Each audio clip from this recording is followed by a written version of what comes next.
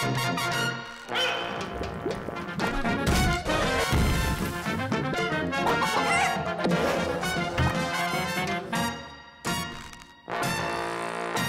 sommes en moins 40 000 avant Jésus-Christ. Toute la planète semble obéir aux lois de la sélection naturelle. Toute? Non. Une vallée résiste encore et toujours à l'évolution.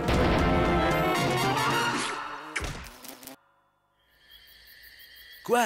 On va encore avoir une teignesse dégénérée qui va passer le week-end à la maison? C'est plus un arbre généalogique, là, c'est l'Ivre de la jungle. Écoute, je pouvais pas refuser ça à mon cousin. Bactériane est montée dans la vallée exprès pour la parade d'Halloween. On a beau être en période interglaciaire, j'allais quand même pas la laisser dormir dehors. En plus, elle a une super mauvaise influence sur les enfants. Tous ces trucs de vampires, là, troglodytes et tout le tintouin. Bah moi, je trouve ça malsain. À son âge, toi aussi, t'étais attiré par le morbide. On a encore tes vieux t-shirts H du fer que tu mettais dans les concerts de rock metal.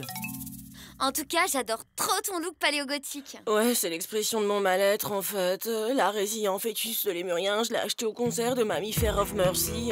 C'est pas parce que notre espèce vient d'apparaître sur Terre qu'il faut pas penser à la mort, tu vois. Et... tu les sens, les vibrations? Il y a une force surnaturelle dans cette caverne, je suis sûre qu'elle est hantée, je le sens. Le dîner est servi. Alors si les mammifères de l'apocalypse veulent bien se donner la peine de passer à table... Je crois vraiment que cette caverne est habitée par des esprits de l'au-delà. On sent la présence des fantômes. Ceci dit, Blog, tu ne te souviens pas de ce que nous a raconté la fille de l'agence immobilière? Comme quoi la grotte avait été construite sur un ancien cimetière amphibien.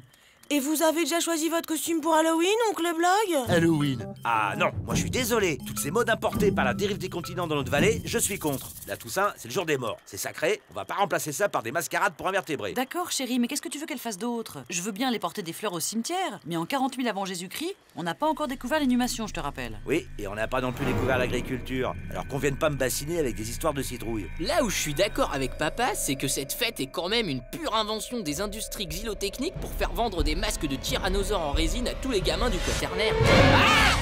Eh ben les amis, vous êtes pas encore prêts pour la parade d'Halloween?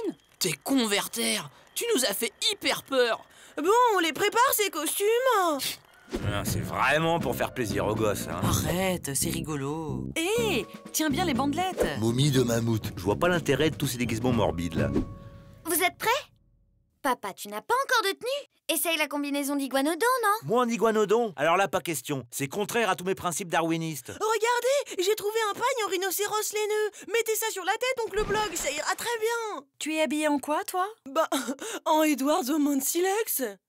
Alors? Génial, on se croirait au cannibale de Rio. Finalement, ça a l'air de lui plaire, hein, le gothique. Je ne l'avais jamais vu comme ça depuis la Lasco Parade de 95 000 avant Jésus-Christ.